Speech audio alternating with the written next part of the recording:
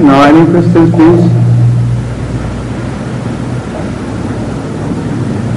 I know you will come forward when required, but I'm going to give opportunity first to those who are coming from outside London. Some people come a day earlier for Ijtima, and some might have come to participate in this marriage ceremony. So, all the rest of the days belong to you. Tomorrow, inshallah, we will hold this meeting at the New European Center, Islamabad. Tomorrow, inshallah. Yes, please? You want to say something? Come forward. This is I can't speak English very well, so can I put the question in Urdu? Yes, you said that all right. The beginning of my question I can't put in English because I come from Germany. Okay. हजूर एक मेरा दोस्त है, हमारे वहाँ पे Czechoslovakia के, तो उनसे बहस हो रही थी, तो कह रहे हैं हम तो किसी मौत से या किसी किस्म की चीज़ को नहीं मानते, तो साइंसी तरीके से आप क्या प्रूफ कर सकते हैं कि जो सी रूह है वो मरने के बाद ऊपर जा रही है? ऊपर कहाँ? जहाँ भी जाती है रूह, कहीं जा रही है रूह, उसे किसी किस्म के साइंसी तरीके से हम प्रूफ कर सकते हैं? तो आपने क्या जवाब दिया? मैंने उसे ये जवाब दिया, अभी तक तो साइंस उनसी है, जहाँ तक मेरे इल्म में है वहाँ तक तो मेरे पास इसका जवाब नहीं है। हाँ, the fact is, I will write it down. The question is that a Czechoslovak friend of, what's your name, please? Kalim? Huh? Your name? Halim. Or Halim? Halim, yes. This Emily used Halim as a friend, Czechoslovak friend, and he asked him about the nature of spirit or soul, and he wanted to find out if it can be proved scientifically that the soul exists even without body, and after death it gets separated and gets or ascends or whatever happens to it, but it still leads an independent life without the help of the body. Now, before we begin to answer such a question, it's very important to find out the fundamental definition of science. Science is a subject which deals with experimentation, and for experimentation you must have something available without which you can't make an experiment. A thing which is not detected by the five senses, no experimentation can be held on such a thing. So the first question should not be this, whether you can prove the existence of spirit scientifically or not. The first question should be raised as to whether the soul or the question of spirit does belong to a scientific region or does not. This is the fundamental question. If you do not know the ABC of a thing, so-called thing, that so-called thing would lie outside the domain of science, according to the accepted, established definition of the scientists. So after this, the second question would be, if something lies outside the five senses, can we believe it, or can we not believe, or must we not believe it? Now that question separates the religious domain from the worldly domain, and not only the question of spirit, but all that belongs to a religion comes under censure from science. They say we know only the five senses, we can perceive through five senses. Whatever lies beyond the five senses We don't know. And how can we make to believe in such things which cannot be sensed directly by the five senses? No. Yet when they study the progress of science or history of the progress of science, they must agree that the reach of five senses has been ever expanding into the unknown. Things which were rejected outright as subject lying outside the domain of science, because the five senses could not reach those things either directly or indirectly, later on proved to be accessible through some means. And when you study the history of the progress of science, it is, in our religious terminology, a history of the known, traveling of the known into the world of the unknown.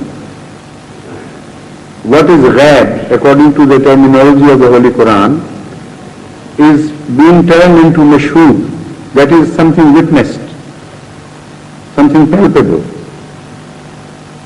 For instance, the concept of radio waves and television, if this concept was revealed to a people 200 years ago, they would just mock at it, turn it down as most unscientific and something which should be rejected outright, because five senses cannot reach such a thing. While the later centuries of scientific progress proved that what is the unseen is most powerful, and that which is seen in that form, it is not as powerful as that.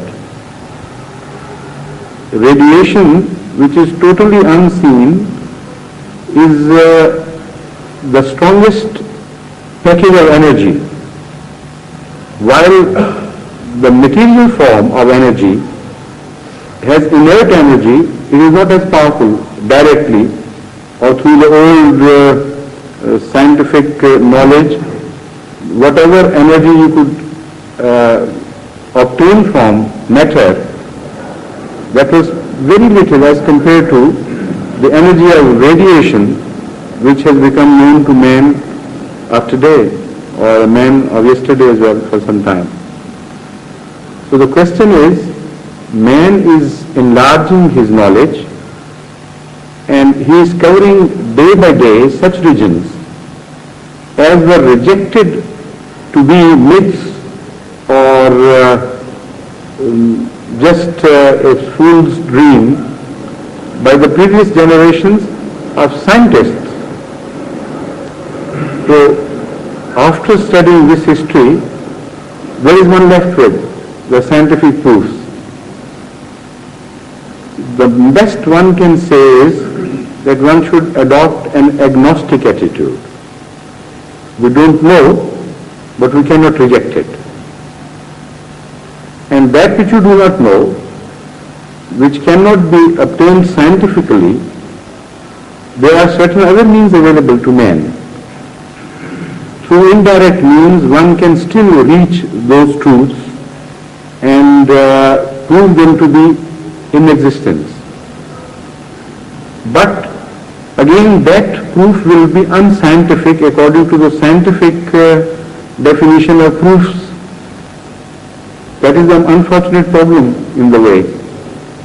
For instance, if the Ahmadis quote their experience of dreams which come true, the dreams which are seen by Ahmadis the world over, and they carry the same message, and people of diverse opinions, diverse views, different races, colors, personal inclinations, and upbringing, see the same message which comes true fantastically, unbelievably. Now this is a way of proving something according to us, but the scientist would call it no evidence. At least no evidence as far as the scientific criteria goes. Because according to the scientific definition of evidence, an evidence of something is that which is repeatable scientifically by somebody else. So they say this is no proof according to scientific definition. It may be proof according to your definition or according to common logic of man. They don't deny that. But scientifically, a proof is only that which is a demonstrable fact. Somebody does it somewhere in the world and some other person is capable of repeating it in the same circumstances. So this is why Hazrat Masih Maud, when confronted with these atheists and so-called materialists and so on, he gave them a challenge and said, it is according to your own definition, it is repeatable. But if you stick to your definition, under the same circumstances is highly important. In the scientific definition, it is not that the circumstances change, yet the same results should be obtained. So Hazrat Masih Maud hit at the roots. He said the circumstances have to be exactly the same. So an atheist cannot expect to have those dreams which a God-fearing believer can have, and because the circumstances have changed. But he said, you come and stay with me, even if you are an atheist, even if you cannot repeat your experience, that experience in your person, but you can come and observe and sit here for a while, and to your satisfaction, such things will be repeated so often that it will not be impossible for you anymore to reject them as unscientific. So that sort of experimentation can be produced by Ahmadis, but not in the strict terms, not in the loose terms of the evidence, scientific evidence. When I say strict terms of scientific evidence, that is repeatable. Because Hazrat Masih Maud has clarified it, if you apply the term scientific evidence strictly, then the same situation, same circumstances must be repeated before you expect those results. So under strict scientific terminology, religious experiences are repeatable. But under loose scientific terminology, that any person should start experimenting on anything and the same situation is not repeated entirely, yet the result should be produced, that is not possible. But anyway, I'll come now to the very question you asked and tell you about the scientific progress in that regard, in that field.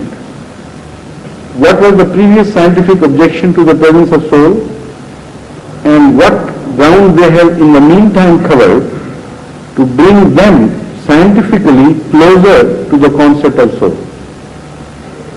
This is a very interesting study. There are two major objections to the concept of soul, scientifically. Number one, a bundle of energy cannot exist as such in an organized form. This is the one major objection raised by the scientists.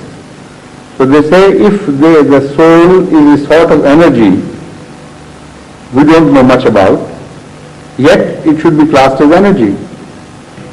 And as energy, it cannot exist independently as a bundle of energy with a set form and organization. It should dissipate in thin air and finish. If it was an energy, it should be finished. The second objection is that the organization requires some mutual relationship and placement in certain order. Without that organization, you cannot think. So they think of the computers, for instance. They say the computer is a machine, and the consciousness is still not produced in the computer. It requires some very special organization. And as far as we know, it is the brain that produces that organization, and brain has a soft material, a certain tissue, and is made up of billions of cells. So without all that machinery, how can soul have independent thinking and independent realization of its existence? Now, unfortunately for atheist scientists, both these questions have nearly been solved by the physicists themselves. Number one, they came upon a type of energy which is perhaps called soliton or soliton. And is there any physicist present here who would refresh my memory on this? Is it soliton or something? The bundle of energy in which nowadays Japan is working a lot and has made such a progress. Well, forget the name for the timing, maybe I'm mispronouncing it, but whatever the name was, it was made of SLTN, with some vowels in between. So that was a discovery made some time ago, accidentally, by someone who was driving his boat against the flow of water, and it was being driven by a horse along the bank. Now, the waves of the boat should be left behind in some form for a while and then dissipate into the entire water surface. But he was surprised to find out a very strange thing happening.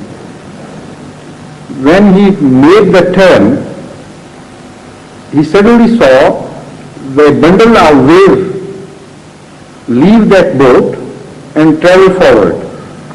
The boat stopped and the bundle kept on traveling for a long distance.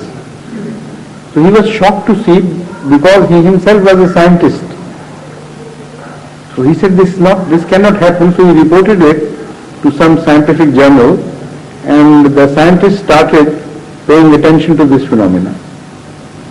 Now they have proved positively, not only beyond doubt, but they are now making solitons themselves in very small bundles of energies, and Japan is using them in most modern computers. Soliton means a form of energy which does not dissipate but is found in a particular form and organization. And something happens that it holds itself from within and keeps its form. So when scientists came upon it and experimented, they were surprised that this can happen. Things can exist outside the material bondage. Independently, energy can exist in some form. The second question is now being debated by scientists by way of the future of these computers and the nature of brain and the possibility of some sort of life existing outside this known world. These are the three questions which combined have given rise to many speculations and mathematical work. A lot of work has been done on this. The latest is this, that the scientists have almost reached a consensus on this point, that so far we have been paying undue importance, giving undue importance to the nature of software. So we thought nature of hardware. So we thought life could not exist outside this planet, because the situation there is such that carbohydrates and carbon compounds which are called organic compounds, they cannot exist at such hot temperatures. So because they cannot exist, mind cannot exist, and mind cannot exist, life cannot exist. This was the previous disposal of scientists about the possibility of life anywhere else in the world. Now they say that this hardware can be made of anything, yet it can be turned into computer, because for the computers they make, they don't require the soft tissue of the mind. They require some silica-based things and some other wafers-like things on which they print certain messages, code them, and they have a system of decoding them. So this is what computer is. So they say that if for instance, any organization is created in the extreme situations, in that matter which exists in those situations, life can become a possibility there, in the form that a consciousness can be given to some silicon being under very high temperatures, in the form that it exists there. If somebody gives it a form and organization, it can begin to think. And if a reproductive system is also invented under those situations, it can also reproduce. And the energy to which that would be used would be just right and temperate for it. If it comes to the energy situation in our country, in our world, it will may be frozen to death and things. So everything is relative and comparative. So if a bundle of energy can exist in the form of solitons, and if it is the organization which means realization, and a higher organization means consciousness, then why can't soul exist? That is one way of proving the existence of soul. Not proving, but telling them that human knowledge is traveling in the direction which previously human knowledge itself had rejected. Secondly, the scientific research made by some brain psychology, surgeons, is also traveling exactly in the same direction. I have been quoting such names as Dr. Eccles and Dr. Pencliffe. They are both neurologists of the highest fame and respect. And as far as I know, both are Nobel laureates. Dr. Eccles, who is a Swiss perhaps originally, he got settled in America for a while, and now I think he's again settled in Zurich somewhere or some other town of Switzerland. But he is a man who is known to every medical expert who knows anything about nerves, because he is one of the greatest neurologists of the modern times. And Dr. Pencliffe is one of the greatest surgeons ever produced in the field of epileptic surgery. He has some glorious cures to his credit. He took the rotten parts of the brain out and re-sewed it and packed it, and the man started functioning normally. So both these top men in their field have written books independently, and both have reached this conclusion, to the chagrin of the rest of their scientific friends, scientific comrades, that brain is not all. There is something as mind which exists independently of brain, and in fact supervises brain and controls brain, and it is not matter. It is something else. So there is a book, Mysteries of Mind, written by Pencliffe, which will be available perhaps in the markets here. Anybody interested can read that book, and he will be surprised how scientifically he has proved. He is not a layman, he is not a religious person at all. But he says, I am helpless. I have reached a conclusion after an experimentation of all my life which was devoted to this subject.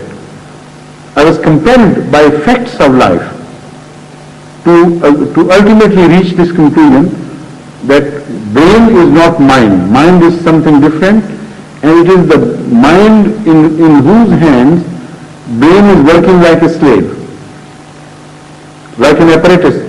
But I have cut off, he says, those portions of the brain which were responsible for certain actions. Yet the mind worked through some other parts. It existed in a way, but I don't know the language which he uses. He speaks in the diction of scientists of this particular branch of science. So anybody can start and can study that book and find out. So this finger is also pointing in a different way to the same subject of the existence of soul. And they say it in so many words that whatever name you may give to mind, you may call it Atma or soul or the higher energy or whatever you may please, but there is evidence that there is something beyond matter which exists. Yes, please.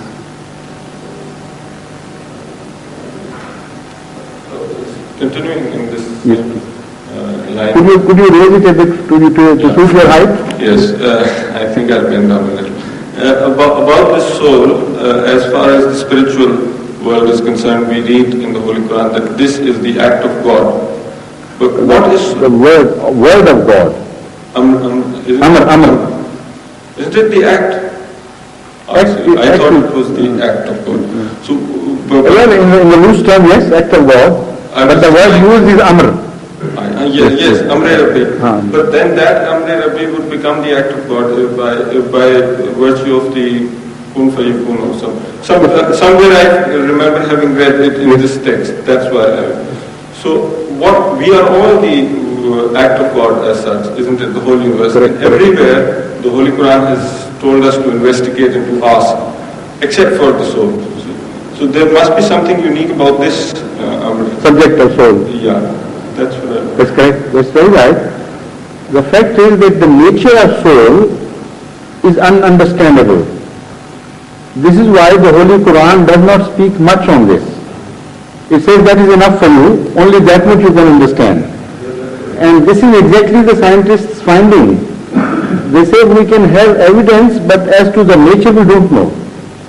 The very ABC of that nature is unknown to man. So they will not go very far in understanding soul.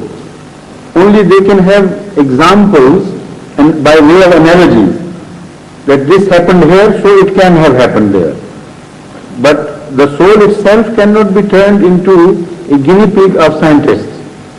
That is the main problem. But is this a prohibition? No prohibition. Generally it is told in that there is no harm. No. There is no prohibition whatsoever. Anybody can experiment. He can travel closer to the understanding, of course. But the true nature of soul is beyond man to understand. And it is because it requires some sixth sense or maybe two more senses.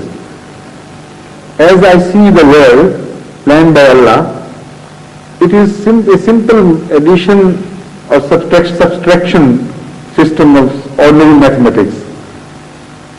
Some people are endowed with 4 senses, some with 3, some with 2, even in human beings. And in animal species, there are hundreds of thousands of examples of varieties of senses and the variation of their shades of development. And each one lying to the lower order of senses cannot conceive anything of a higher order. It's impossible. For instance, if somebody is not endowed with the vision, with the sense of vision, whatever you may try, he will not understand what vision is. It's just beyond him. So this sense is kept waiting for us after death. We'll be given a new vision. What that vision would be, that is the vision. So without that realm we cannot understand. This is why the Holy Quran tells us that despite the fact that the Holy Quran itself has spoken so much on the nature of hell and heaven, yet you don't know. No ear has ever heard of it, no eye has ever seen it. While descriptions we read.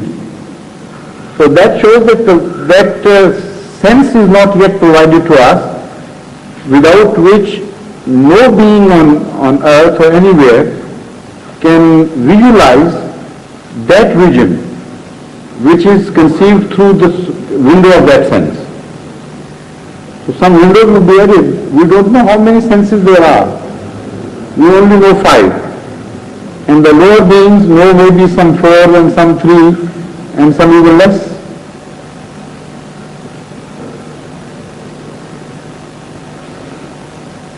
Yet there is some time, please. Anyone? Yes?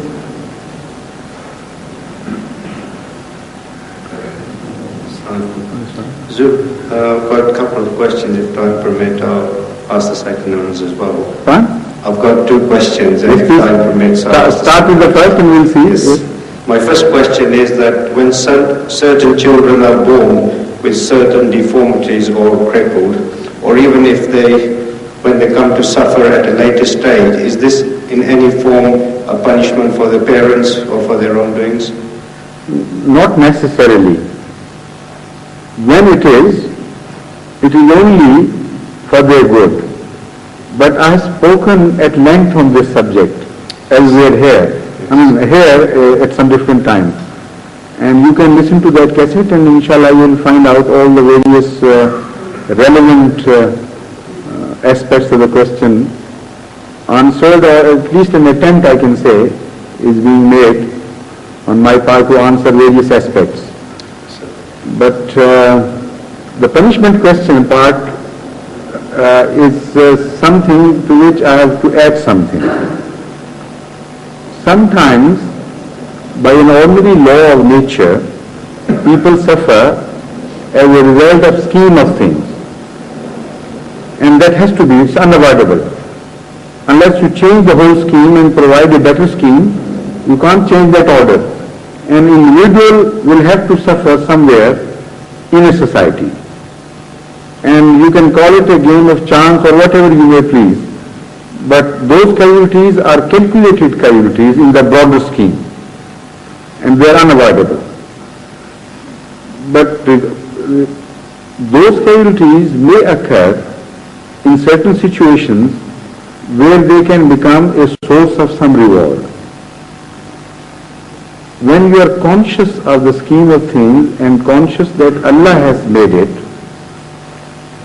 then you also suffer as well as an atheist suffers if he falls victim to that particular portion of that scheme. Now the attitude will be different. An atheist's attitude would be, yes, it has happened. You may call some bad names to nature and do away with it. No, they have done with it, but that's all. It's neither a crime on his part nor reward-winning attitude, because he is not concerned, he doesn't believe in anything. Among the believers there are 2 types of attitudes. Those who believe in God, they begin to censure him for whatever pain they suffer, and when something good happens to them, they say, well, we achieved it and we have done it. So neither good is good for them nor evil is good for them. The Holy Quran describes them, Namahu akramahu, yaqul Rabbi, officer hai? أما الإنسان إذا ابتلاه ربه أكرمه ونعمه فيقول ربي أكرمه. No, أهانه I'm talking of the أهان. أما إذا ابتلاه ربه فقدر عليه رزقه. قدر, yes, that's the one I wanted to yes. أما إذا ابتلاه ربه فقدر عليه رزقه فيقول ربي أهانن. وأما إذا ما ابتلاه ربه فأكرمه ونعمه فَيُقُولَ رَبِّي أَكْرَمَنِ كَلَّا لَيُنْبَذَنَّ فِي الْحُطَمَةِ. Now, apparently both these verses apply to different situations, and one appears to be a praiseworthy situation and the other appears to be a condemnable situation. Yet both these situations are condemned by the Holy Quran. Why? I'll explain. The Holy Quran talks of those people who take pride in small gains and lose hope when they suffer. And that particular attitude is censured here by the Holy Quran. Amma iza mabtalahu rabbuhu fa akramahu wa na'amahu. Those, yes, that I know. Yes, I only recited half part intentionally. Yes. Amma al-insanu iza mabtalahu rabbuhu fa akramahu wa na'amahu. When Allah tries man and honors him and grants him some provisions, na'amahu. Yaqul Rabbi akraman. He says, my Lord has provided me with this and he has honored me. Now apparently this is a good thing. Allah provides, and why should such a man be censured and condemned? But the Holy Quran, and you reach the end part, thoroughly condemns this attitude, because this is not the attitude of a pious, God-fearing person here in this respect. In this context, it's an attitude of pride. Such a person believes that Allah is like a servant to him and he is made only for providing things to him and honoring him. So as long as he is the receiving end of the honor, he says, yes, my God is my God and he provides me with these things. Although apparently he is a holy man, because this is why I said this attitude belongs to the religious realm now. We are not talking of atheists. There are certain religious people who treat their God as their servant, in fact. They are only happy with him when God provides them with something. And their holiness is exploded in the next verse. The same person, when the same Lord of theirs tries him with some straitened measures and some calamity to his business befalls and he is left with straitened means of livelihood, he says, Rabbi Ahanan, my Lord has insulted me, he has mistreated me and ill-treated me. That shows the attitude of arrogance on the part of that person. So even his first attitude was condemnable and rejectable. Those who truly believe in Allah and love Him, their attitude is different. When some good happens to them, they say, we are humble, we did not deserve it. It is only the grace of Allah that we received it. And they are proved true when they are tried in some hard measures. They don't say change their attitude, they say, look, even that is lovable, it has come from Allah. He is our Lord, so we are happy whether He tries us this way or He tries us that way. This is the true attitude of the true believers. So they will also suffer as the first category which I have mentioned, and even the earlier category which I mentioned. As far as their suffering goes, it's all alike and equal. But these people will be rewarded. So if their children suffer or their relatives suffer or somebody else, and they submit to the will of Allah with good grace, then it is for Allah to reward them because of this attitude. So every trial becomes a source of gain for them. Whether they are given a provision by their Lord, that is a source of happiness as well as a source of reward for them, because their attitude towards that gain is that of submission. And the same holds true when they are tried in the wrong way, in the other way, by hardships. So only to that much they are rewarded. corporally punished, and in truth, in reality, in the long run, they will be rewarded. But not everybody. The second question, please. We believe that life after death, we get rewarded for our behavior and our good deeds in this world, and we try and achieve certain place in heavens. Is it possible that either idolaters or non-believers or atheists can achieve a similar place in the heavens, even though they remain atheists throughout their lives because they've been brought up that way and they've never known any different? Allah would judge people according to their situations. This has been made very clear in the Holy Quran in various verses, not only in one. The fundamental one which can be easily remembered by everyone is La yukallifullahu nafsan illa wusaha. Laha ma kasabat wa alayha ma kasabat. No one will be tried beyond his capacity. No one is expected by Allah to do anything which he has not been provided with. Anything which is beyond the capacity of someone, for that particular thing he is not answerable in other ways. So this is the fundamentals as we understand from the Holy Quran. So because Allah is the judge, he would know many ways to judge every person according to the given facts.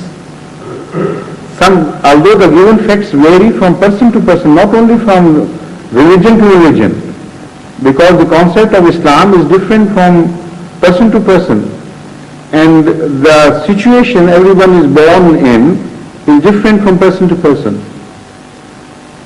So apparently we are all alike like Muslims sitting together, but in the eyes of Allah, there would be as many stems of Islam as there are individuals living in this world, and as many various situations. This is why the Holy Quran tells us, and the tradition also speaks on this, that every soul is provided with its different reckoner. We have our own individual reckoners, like Mr. Rashid asked this question 2 days ago about Munkar Nakir. This is the concept of Munkar Nakir. Each individual has to be guarded independently according to his own given situation, and his record should be kept straight. So that system which applies to each individual for keeping his record also speaks of the same subject. So goodness and evil would become relative terms in this wide variety of people and situations. So an atheist may be a good, well-intentioned person, a good meaning person within the scope of his concept of good and evil. He may be doing good things, or he may be doing bad things, and he may even begin to believe in God while we don't know. As in the present day, Russia is getting worried about these things. They have constituted a commission to recommend to the government measures and means to wash the minds of the youth so that they do not travel towards the concept of God, as they are being voted nowadays to do. So God is born out of atheism. If the attitude becomes correct and well poised, because the previous generations were generations of births of hatred. They were born out of some hatred they nourished against a certain class. The youth in Russia is no longer the child of hatred. The youth of today has become a neutral youth who is being brought up ordinarily with just a rational approach. So with that corrected bias which was previously held by the Russians, he is more likely, more prone to become religious. And this is now exactly which is being observed by the Russian people themselves, and they are getting worried. As I told you, they are trying to introduce measures whereby the youth would be completely disbriefed on this question. Yet they can't stop it. It is a natural growth, because according to Hazrat Muhammad Mustafa sallallahu alaihi wasallam, every man is born, every human being is born on fitrah, which is Islam. So if you don't interfere with it, a God has to emerge from within you, because He has created you and you know better than anybody else, according to the claim of the Holy Quran. Alastu rabbukum qalu bala is exactly that situation to which the Holy Quran is pointing. That within every soul, if one realizes and sinks into oneself, there is an answer that I am not just chemistry, I am not just physics, I am something. And that something has some deep sympathy and association with that creator. So this is what is happening to Russia, and such people who are traveling in that direction and they are interfered with by artificial means. Naturally Allah knows how far they traveled and how good they were, and He would reward them. I can't believe in a God who is more like a mullah than a God. Our God is the creator of the universe, is so great, so immense, it's unbelievably so. So our limited vision should not try to limit the capacities or the wisdom or the mercy of God, which are absolutely boundless. Now the Azan, please. I'm sorry, I forgot. So we can sit for a few minutes more, if you please. It was the thought of prayer which was compelling me to stop, write a dot. But if there is any question, I can sit for a few minutes more. But you are a professional, aren't you? You can be used later on at the time of exigency. Yes, please. You know, for today, for tonight and for tomorrow, I should prefer questions to be asked by the visitors rather than the Londoners, because the Londoners have opportunity every day. Yes, please. जो सवाल ये था, एक दोस्त ने किया था, उसका भी जवाब नहीं दे सके कि अल्लाह ताला ने वादा किया था कि हज़रत मोहम्मद सल्लल्लाहु अलैहि वसल्लम जो हैं वो शहीद नहीं होंगे, वो किसी हाथ से नहीं मरेंगे. उसका मतलब ये था सवाल का. तो उनका दान जो सा वो क्यों शहीद हुआ? क्या हुआ? दान. You know, Allah Ta'ala, I understand. The question is very, I can't say stupid, but I'm inclined to say that. Actually, मुझे वो दिल्लम नहीं है कि अल्लाह ताला ने इस किस्म का कोई I tell you, there are two verses which speak on this subject. Number one, Ma Muhammadun illa Rasul, qad khalat min qablihi rusul, afa in mata or qutilan qalabtum ala aqabikum. Muhammad sallallahu alaihi wasallam, peace be upon him, is no more than a prophet. Whatever his status be, he is a prophet and not beyond a prophet. Ma Muhammadun illa Rasul. Qad khalat min qablihi rusul. And the phenomena of prophethood is not new. Many prophets have passed before him. So you can judge him according to their fate, not according to the fates of angels or people beyond. After that, the Holy Quran says, Afa in mata wa qutila. So if he dies a natural death or he is murdered, what right do you have to leave Islam and become renegades? Haven't prophets before him murdered? This is the question in fact. If he is a prophet and no more than a prophet, if prophets before him are known to have been murdered, then even if Muhammad Mustafa sallallahu alaihi wasallam is murdered, what right do you have to reject Islam and become a renegade? This is the question asked in the end. Allah aqabikum. So that shows that there is every possibility of Muhammad sallallahu alaihi wasallam being murdered as such. As such, if a prophet is murdered, it is not against the truth of his prophecy. The second verse which is applicable and which is more personal than general about Muhammad sallallahu alaihi wasallam is this, Wallahu yasimuka minan nas, that do your ministry as we have commanded you, and we promise that Allah would save you from the people. Here it is, the word used is save you, not that every hair or every tooth and every muscle of your body will be saved, because elsewhere it is said that the Holy Prophet is also, along with the Mu'mineen, suffering in the cause of Allah, in the path of Allah. So Jang Uhud is described, how Muhammad suffered there. So this promise, as he has conceived, your friend has never been made anywhere in the Holy Quran. In the principle, it is not against the principle if a prophet is murdered. Number two, Muhammad sallallahu alaihi wasallam was promised to be saved ultimately as an individual. It was an additional promise to him. Not that just by the virtue of being a prophet he should have been saved. That he was saved.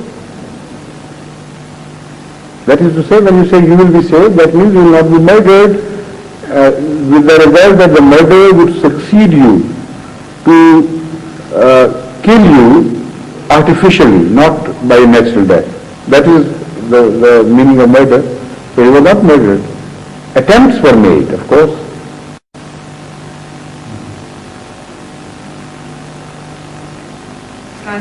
Wa alaikum assalam wa rahmatullah.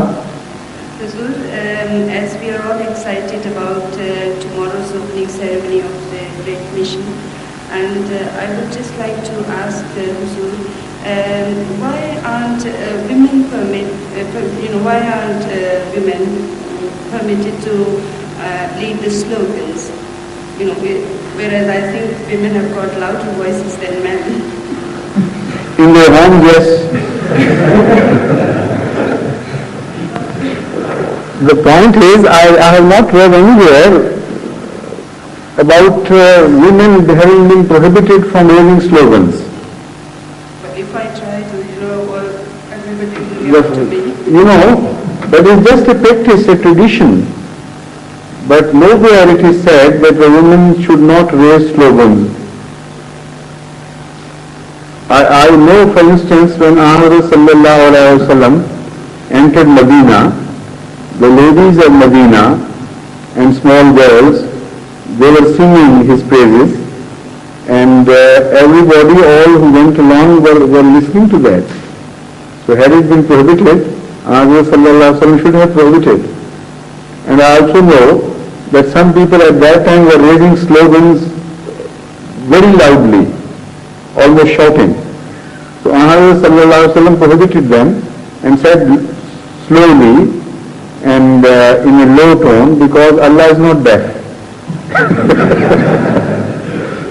So men we know were reprimanded for shouting Allahu Akbar too highly, too loudly.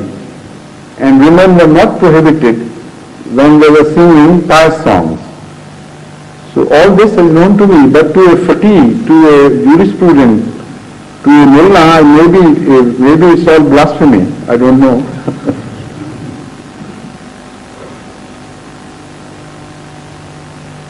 So is that all?